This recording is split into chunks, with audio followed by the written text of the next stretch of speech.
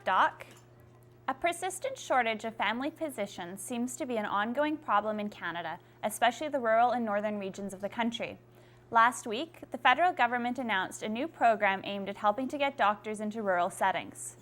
While the numbers are small and there's no direct help for Manitoba, the program is a step in the right direction and has the potential to benefit many rural communities. On February 22nd, Federal Health Minister Leona Aglukkaq announced just under $40 million in funding, which will go towards establishing 100 two-year medical residencies in rural areas across Canada. The spots are for third-year residents, and it's estimated that Ontario will get 60 of the 100 spots, BC will get 20, New Brunswick and Saskatchewan will get 6 each, and Newfoundland and Labrador will get 16. Manitoba had previously received $6.9 million to fund 15 new family medicine spots in its rural and remote family medicine residency program.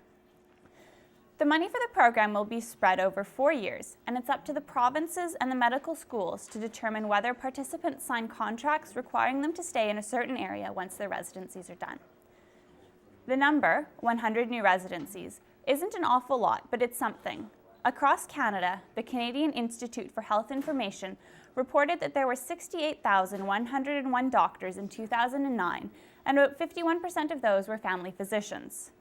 Using the total number of doctors, that works out to 201 doctors per every 100,000 people, or 497 patients for every doctor, a definite shortage.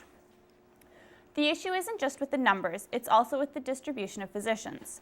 When it comes to rural medicine in particular, based on 2002 numbers, the Society of Rural Physicians of Canada estimated that small communities need another 1,175 family doctors to equal the ratio of doctors in urban centres.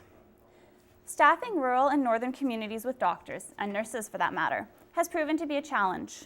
With many medical students opting to pursue a more lucrative specialty instead of family medicine, rural communities are competing against urban centres for a smaller pool of doctors. On the face of things, rural practice has some disadvantage. Rural family doctors often work in smaller practices and are expected to spend more time on call, a reality which doesn't always appeal to medical grads. Additionally, many grads who have never lived in rural settings are hesitant to leave the bright lights of the city for a life out in the sticks. Rural life has a lot to offer when it comes to quality of life, and the best way people can be educated about all of the advantages is to give them the opportunity to experience rural life firsthand. Learning about what a rural practice entails and can offer is the best way to recruit rural physicians. I've talked to a number of medical school students who have visited Neepawa as part of various programs. Few of them have rural backgrounds, and few of them initially considered rural practice. But after spending some time here, some have reconsidered. If we can change students' minds over a few days, imagine what could be done over a few years as the program sets out to do. As physicians set down roots, they are more likely to stay. Exposing doctors to rural life is one piece of the puzzle.